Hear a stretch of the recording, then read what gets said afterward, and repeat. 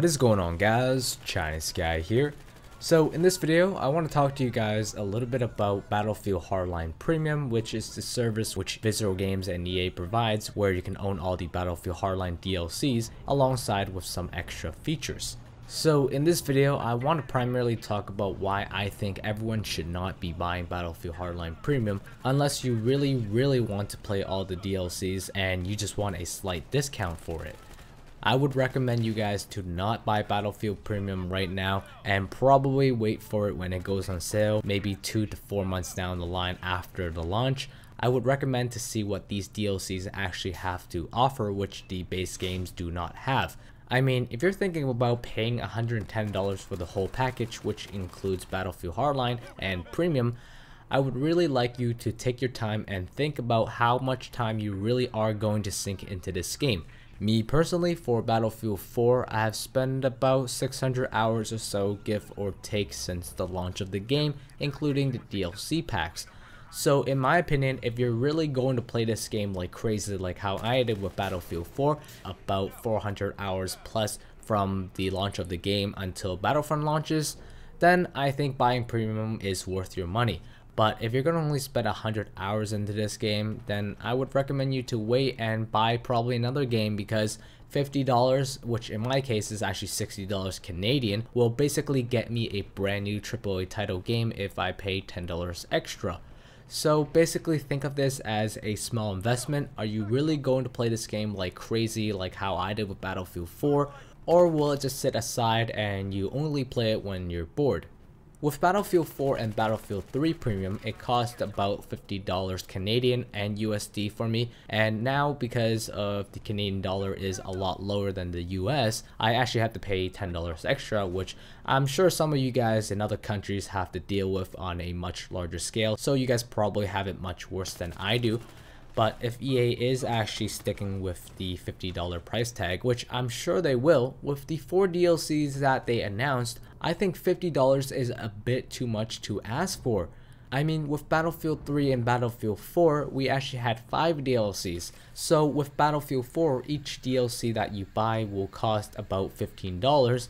And if you buy Premium, it's $50. So you basically, in the end, will save $25. And with Battlefield Hardline, assuming each DLC is $15, if you buy it by itself, that means you only save $10 in the end. And is this really worth it to you? A savings of $25 versus $10. You do the math. I mean, to me, that kind of sounds like a ripoff, and I feel like EA is just increasing its margins on the community, which is not very good business practice. It kind of angers me, in my opinion. I mean, I get it that they are a company, but are you really going to squeeze the money out of us like this? So I think it's kind of not fair, but then again, as they always say, life isn't always fair. So now let's quickly talk about some features that Battlefield Premium will actually include.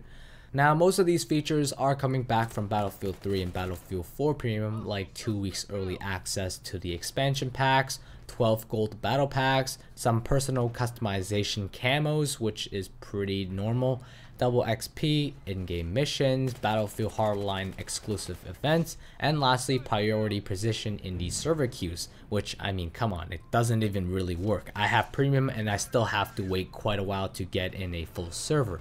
But what really angers me the most is what they're advertising as the 4 super features. This is what they have to say on the website. As a Battlefield Hardline Premium member, you can look forward to 4 super features designed to make gaming experience richer and more personalized. The 4 features are Mask, which gives new player mask with unique gameplay benefits tied to the theme of each mask. Gun Bench, which provides players with the ability to visually customize their weapons and track their kills per weapon. Competitive play support, which allows you access to the tournaments and ladders. And lastly, legendary status, which provides replayability of the entire progression system, which is basically the Call of Duty Prestige, where if you level up fully, you can go back down to 0 and go all over again. In my opinion, 3 out of the 4 features should actually have been available to the average Joe who pays $60 for Battlefield Hardline.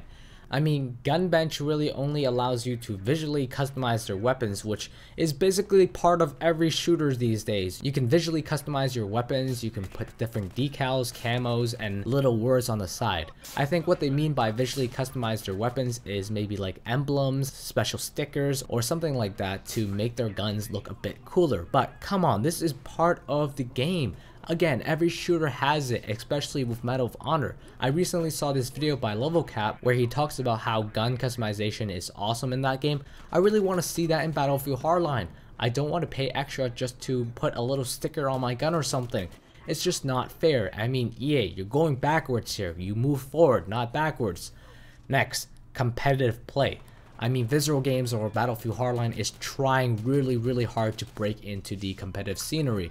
But if you're going to limit Battlefield Hardline's competitive side to only premium members, like access to the tournaments and the leaderboards and ladders, it is basically just cutting your own leg off. It makes no freaking sense in my opinion. You're trying really hard to push for it, but you're just limiting yourself. I don't know if you guys see it here or if the guys who are in the suits and in their giant chairs are just calling the shots. And lastly, legendary status. Why are you charging people extra for an extra progression system? It makes no sense to me again. I mean, Call of Duty, at least Modern Warfare 2, I'm pretty sure COD 4 had a prestige system. I'm not sure, I haven't played it in a while. But come on guys, you do not charge extra for extra levels. It makes no sense. Stop. I don't know, at least at this point I'm not really looking forward to premium right now. But if it costs $50, it's not worth it. Maybe if you drop it down to 20, 25, maybe 30, then I might reconsider. But still, these super features really annoy me. They should have just been normal features which people could have access to even if they didn't buy premium. It just, again, makes no freaking sense in my opinion.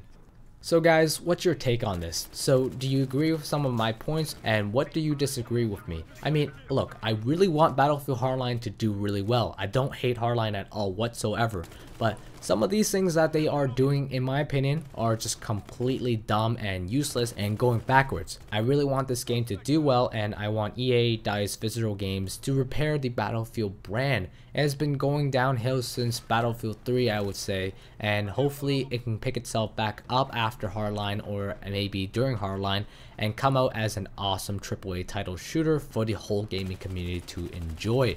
So leave your comments down below. I would love to have a discussion going on. Share some of your thoughts. I mean, I don't mind if you guys disagree with me. It's honestly awesome if you disagree with me. I want to see other people's perspectives, and hopefully we can again get a conversation going on. If you enjoyed the video, leave me a rating. Thanks for watching. Peace out guys.